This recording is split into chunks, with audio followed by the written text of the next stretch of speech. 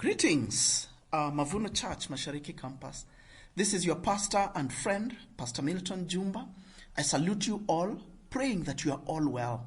Vivian and I have been praying with you and for you, and we trust that God will give you the strength and the courage to continue on in this current time that we are facing. I feel that I need to share with us some pointers that I pray will help you and your family to somewhat navigate through this season. Some of the things that I will say to you, Mashariki, you probably are doing already, but a little affirmation won't hurt. As I follow the news worldwide, it does not escape my eyes that the coronavirus is a major global calamity, and short of God performing a miracle to halt this plague, which I am praying that He actually does, the devastation will be particularly hard on Africa. Allow me to suggest to you that this is not a short-term inconvenience, as some people seem to think. We are facing something that could take months or years to recover from. Countries like Italy, the USA, and Spain, as I look at them grappling with the medical and economic crisis that has hit them hard, and as I listen to the mayor of New York indicating that they are preparing for a 6-month lockdown, it makes me feel we are in for a marathon, guys. Every facet of our society has been impacted by this pandemic. Schools are closed. Most curriculum plans are lagging if not fully stopped.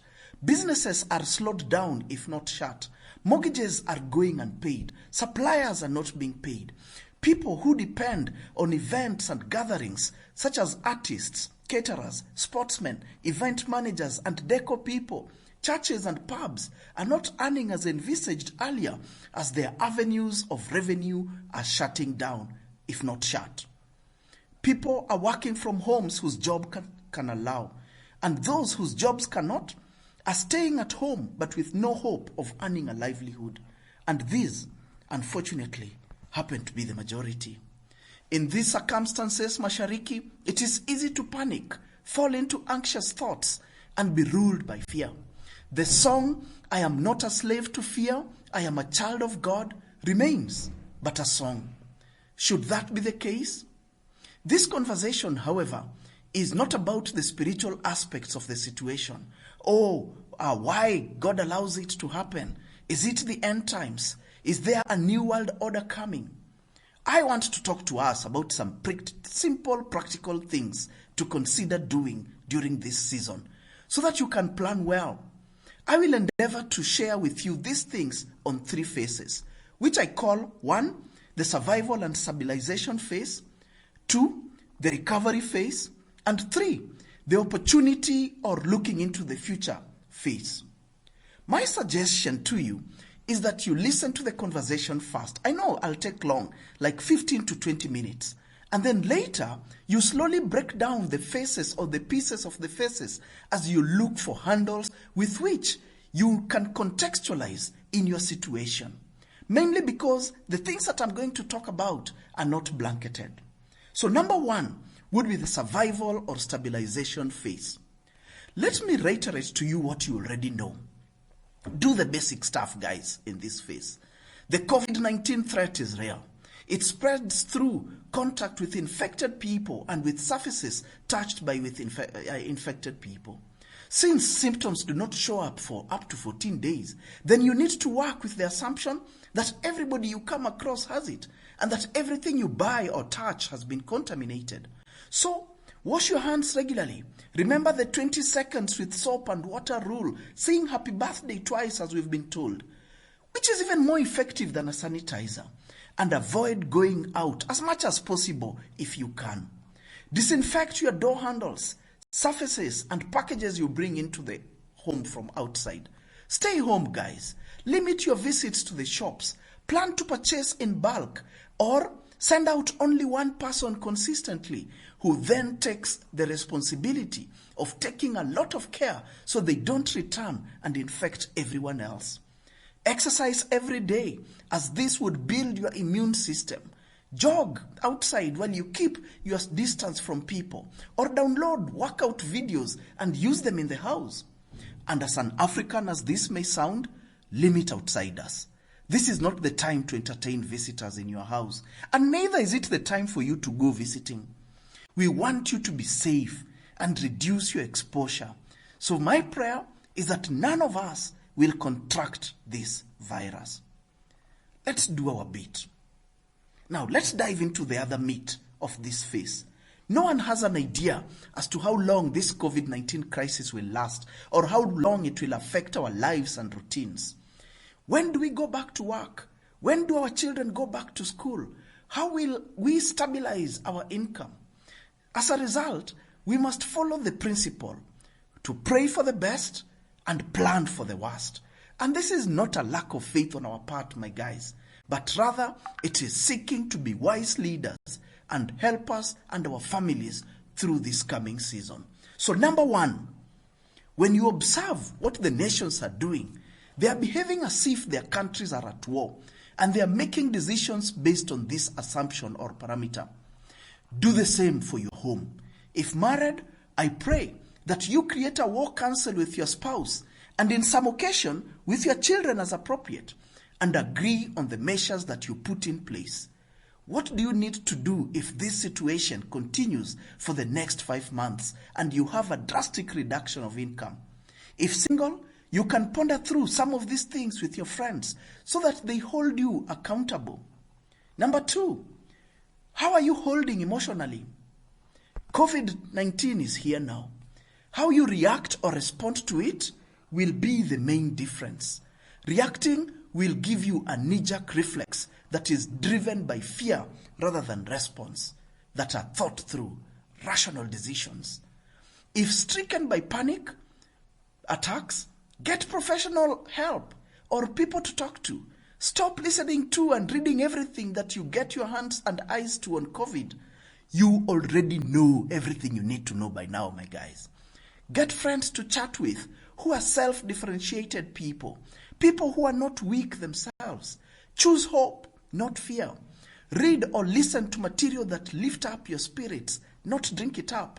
Stop drowning yourself in Netflix and things like that. Find things to do with your hands, like, for example, learn something new. Plant a garden in your backyard or sacks on your balcony. Learn to dance. Read with your children. And you know what? Just learn a new skill. Number three, we will face challenges as economies are affected. It is not uncommon to get anxious, be scared about job losses, experience delayed payments, go through pay cuts, business issues, rent arrears, and stuff like this. The big question is, how do you manage the house budget and business costs at this time? How do you manage these?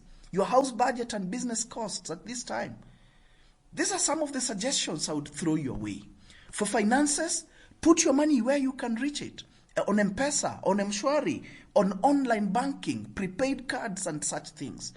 Because you need to reach your money. What do you need to do to stretch your monies as if you're not going to earn again soon? What if you take your last month's earning as if they were your last for the next 2-3 months?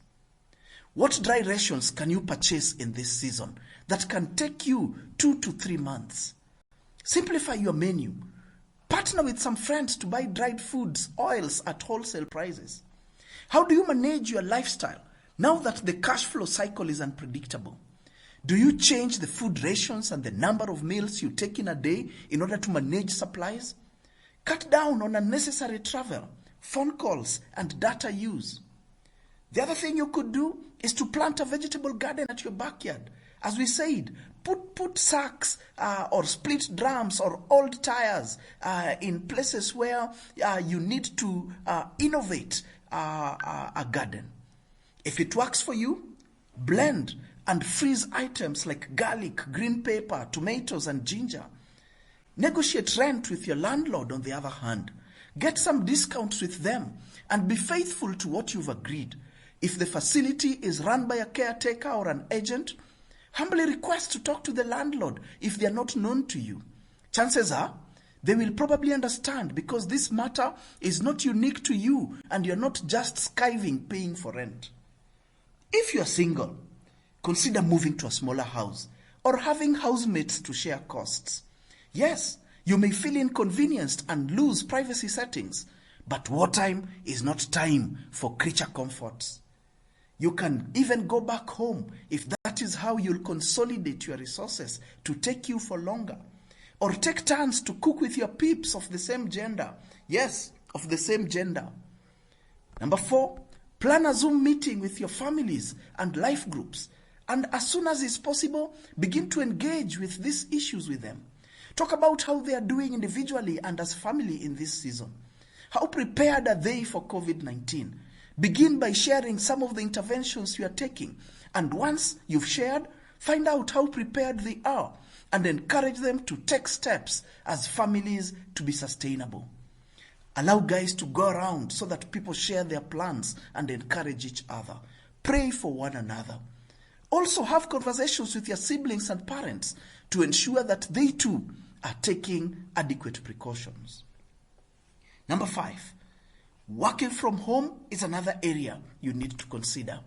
What is your current role at your workplace or your business, and what has changed by the COVID-19 crisis?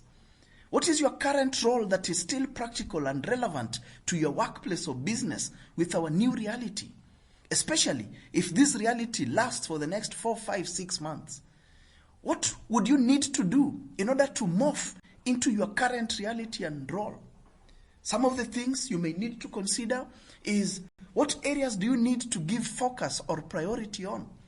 How flexible do you need to be in these current circumstances that will sustain your organization for longer? How do you develop a work schedule and self-evaluation process that ensures that you do not steal time from your workplace now that you are working from home? How do you incorporate time for your children and family as you work from home? Does this mean waking up early to do stuff while the kids are sleeping so that you free up some time for them during the day? You see, guys, the mind is also as elastic as you make it. How do you keep yourself sharp in the middle of lots of downtime? Do you enroll on a free online study course? Do you sign up for something like Scribd where you can read very many books in a short time? You could also allow yourself to listen to books being read to you that make you go faster, but just keep your mind sharp. Number 6, let's talk about children. Children are at home and longer than usual. You see, first, get to know your children. Build a relationship with them. Find things to do as a family at home. Develop family rhythms like, for example, exercise times, study times, meals together, and doing family devotions. Do fun things together as a family, like solve puzzles together, play board games with the children, do a sing-along competition with them, make recordings of video dances and share them with cousins. Just make things with your hands if you can. Cook and bake where possible. Innovate, guys. Innovate, innovate. 7, serve others. It is interesting that COVID has also changed how people serve in church. They are no longer ushers, worship team members, band members, Mavuno Kids teachers serving. But do God's people still need love and care? They sure do. Why don't you join in the biggest priority for this season, which is making weekly care calls for our congregation? This is what will allow our congregation to feel cared for at this time and feel part of the greater community. Help them build a sense of loyalty and belonging. Just get 3 to 4 names of families that you can call once or twice a week. Find out how they are doing. Give a word of encouragement, if any, and pray with them. You can get this from your pastors. Just call your ministry leaders and they'll give you the names of people to follow up and disciple and take care of. Just do not be inwardly focused. It will increase your sense of fear and anxiety. For the kids' teachers, this is quite an amazing opportunity to follow up with your kids and their parents. Partner with them as they seek to do things with their children. Remember birthdays and anniversaries alike. 8, for business people. Some questions you may need to ask are, how do you care for your staff during this season? What does staff welfare look like for you? Can you be calling them so often and find out how they are doing? Can your business afford to cushion them with dry ration food supplies that can take them several weeks or months? In your perspective, as a business person, What will it take for your business to weather this crisis? What assumptions do you carry with you in this process? Like, for example, what would you do if you assume an income drop of 50% or below? What are some of the non-essential costs that you need to eliminate right away? Which are the critical roles that you would need on your team to help your business to survive? And how will you keep them motivated, assuming that you have no resources? The other thing you need to ask is, could you get them to take a pay cut or work part-time? Or do you need to follow some of them? What if, perchance, the business fails and dies? What would you plan to do? Number 9, let's talk about house helps and security people who work for you. Will you be able to cope if they need to leave and then be with their family? How can you secure them or any other workers or suppliers that you work with? Not bring the virus into your home on a daily basis or every weekend. How can you plan to support them and their families through this crisis as the lower cadre will be hit harder? And then finally, number 10, on this category of survival and stabilization, purchase any medication that you use regularly, especially if you have an ongoing illness or condition like asthma, like diabetes, like eczema, like acidity, just in case you are not able to access a pharmacy. Also, purchase personal hygiene products. And I would suggest for the ladies, keep a good stock of sanitary towels and get a hairdo that is of low maintenance and can stay a little longer. What about phase 2, the recovery phase? What do you do here, Mashariki? There are few questions as you begin thinking about this. Like for children, what will it take you to get them back to school? How do you manage school fees demands when you've not been earning? How do you manage the expectations of those supposed to sit for their national exams? For yourself, when it comes to resuming work, what will have changed about your work? How will you adapt and what do you need to adopt? What if you will be laid off? What does that mean for you? What are your options going forward? Do not wait for this to happen. As we said, pray for the best, but plan for the worst. For the business people, how will you reignite your business machinery? What will be your key touch points with your clients when people can gather freely again? Because the world will have moved greatly into a digital platform. What do you need to understand about this world? What will this mean for your business going forwards? It seems like data management will become a bigger thing in the next world order. What will that mean for you, whatever your trade? How will you deal with the slow flow of income because everyone will be starting from a recession? How do you make the whole scheme of things sustainable for you? These are some of the things I think you need to look at as you will get then into the recovery space. But what about the third phase? The one for opportunities, the one for futurizing. You see, guys, every crisis acts as a harbinger for opportunity. What are the opportunities you can see both as an individual and as a business person? For example, did you have an emergency plan or kitty? Why don't you start one? Were you scared about your parents getting sick or what that would have meant for you? Get them an NHIF if they are not under any scheme. Were you scared what you would have done if they got sick in shags and the city gates were locked? Get someone to be living with them. What are some of the homeschooling opportunities for your children if possible? Who are you apprenticing for your business? How are your continuity plans for that looking like? Who knows what you own? Do you have a will? Write one down. As in, all I'm asking, guys, is could you start looking at the problems that were caused now and look for opportunities within them and try to resolve them so that you can leverage them rather than seeing them as things that hurt you. All right, God's people, apologies for loading you with so much info, but things are happening pretty fast. Let's continue in prayer for each other, for God's people, and for our nation. As I mentioned, my prayer is that none of these preparations will be necessary and that God will spare us as a continent and as a people.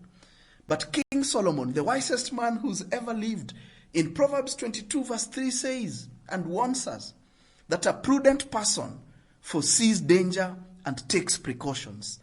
The simpleton goes blindly on and suffers the consequences. So, we do need to exercise wisdom in these times. Let us be counted, Mashariki, with the wise. Thank you for your time. Thank you for listening. God bless you. Please keep safe. It is well. This has been your pastor again and friend, Pastor Milton. Vivian passes her warm regards to you. God bless you. Bye-bye.